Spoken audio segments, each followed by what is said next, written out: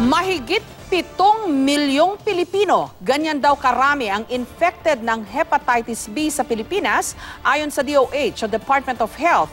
At kasabay ng paggunita sa World Hepatitis Day bukas, isinusulong ng isang grupo na sana'y baguhin ang maling pananaw ng marami o social stigma sa mga may ganitong sakit.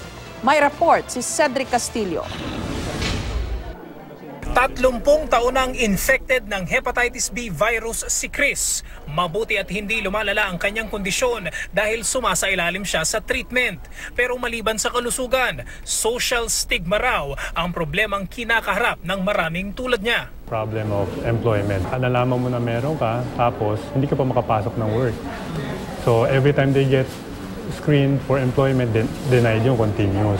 Nagtipon-tipon naman ang mga eksperto sa isang summit na inorganisa ng Hepatology Society of the Philippines, isang araw bago ang paggunita sa World Hepatitis Day. Ang Hep B can be transmitted through blood, through sex, sharing of needles, razors, toothbrush, pero it cannot be contracted, let's say, through hugging, kissing, even breastfeeding, sharing of utensils. Para sa World Health Organization at Department of Health, public health concern ang hepatitis B virus dahil ito ang nangungunang sanhi ng liver cancer na isa sa may pinakamaraming naitatalang kaso ng pagkamatay. Sa datos ng WHO sa Western Pacific Region kung saan kabilang ang Pilipinas, 700 ang namamatay kada araw dahil sa hepatitis B infection. Mas mataas pa raw kung ikukumpara sa HIV/AIDS, malaria at tuberculosis. Ayon naman sa DOH, mahigit 7 milyong Pilipino ang may hepatitis B o 16.7% prevalence rate. Mataas yan.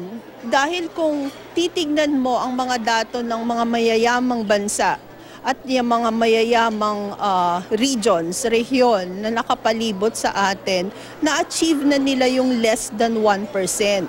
Kung tutusin, mayroon tayong Republic Act 10152 na itinatakda ang libre at mandatory na bakuna kontra Hepa B sa mga sanggol sa loob ng unang 24 oras mula kapanganakan.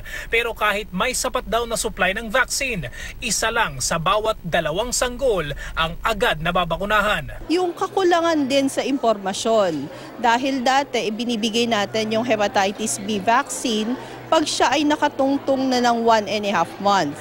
But ngayon, kailangan mabakunahan siya at birth.